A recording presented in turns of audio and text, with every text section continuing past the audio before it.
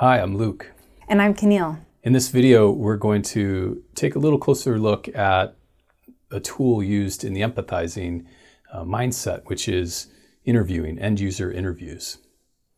So this is really important for us to really be able to shape and form our understanding of the problem. And until we really have a deep understanding of the problem and the environment that the problem exists in, we don't have an opportunity to create something new.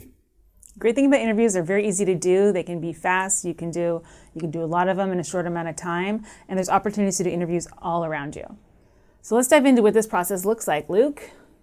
Yeah, so the first step is really understanding the space that the problem exists in. So we want to start to narrow down our focus and really understand specifically what problem we want to start to solve. Mm-hmm. So we're going to keep it somewhat open, where we're focused on a problem, but we have that understanding that we might not know exactly what the problem is yet, but we have a space that we're exploring that we're going to stay focused on.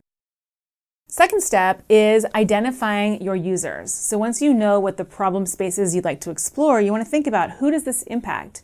Who does this impact that I specifically care about and that I want to solve the problem for? I want to find an opportunity to innovate for them. Yeah, the third step is, once we've identified these users, and these users may be users of a product, or user could mean something as simple as the team that I'm leading or the people that exist in this problem space. So end user, think about it in a broad sense. And once we've identified them, the third step is to go find them in their native environment, right? Go be where they live. I've done user interviews on the train. I've done them at coffee shops. I've done them on the street. I've done them inside of organizations. I've done them on the Embarcadero in San Francisco. Yeah. I've done them in waiting rooms in health clinics. Right. You can take this anywhere.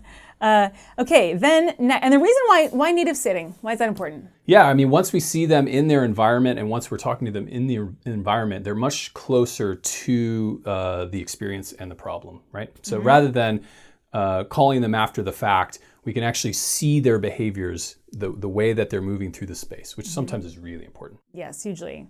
All right, step 4, ask questions and observe. So they're in their native space. You're going to get to ask questions, but it's not just an information gathering exercise. It's also, as you're asking the questions, observing them doing some activity, ideally where they're interacting with that problem space. So if I'm going to go out and design an onboarding process for my team of employees, I would want to observe actual employees going through an onboarding process and not just ask them questions, but see what's happening there. What are some of your favorite questions? Oh gosh, I love, what are you doing there? And then what does that do for you? Why does that part matter? I like, one of my favorites is, tell me more about that. Tell me more about what you're doing there, or tell me more about why that's important to you. Why is this important to you? I also love to ask, is there anything that's kind of challenging about this? Anything that you've had to develop a workaround for? Any kind of pain points here? How does this make you feel? Or why does this matter to you? How did you learn to do this?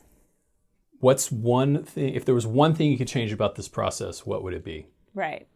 Yeah. So these are some examples. So once we've gone through asking a few of these questions, we want to go to the most important step, which is step 5, which is ask more questions. So it's all about follow-up questions. You're going to start with open-ended questions and just see where they go. And you want these questions to be ones that invite your users almost to tell you a story, to get really into their own personal experience. So the way that you ask them is critically important, because you want them to feel really, really like you're interested in them. That gives you the space to then ask a follow-up question. Do you have a favorite follow-up question?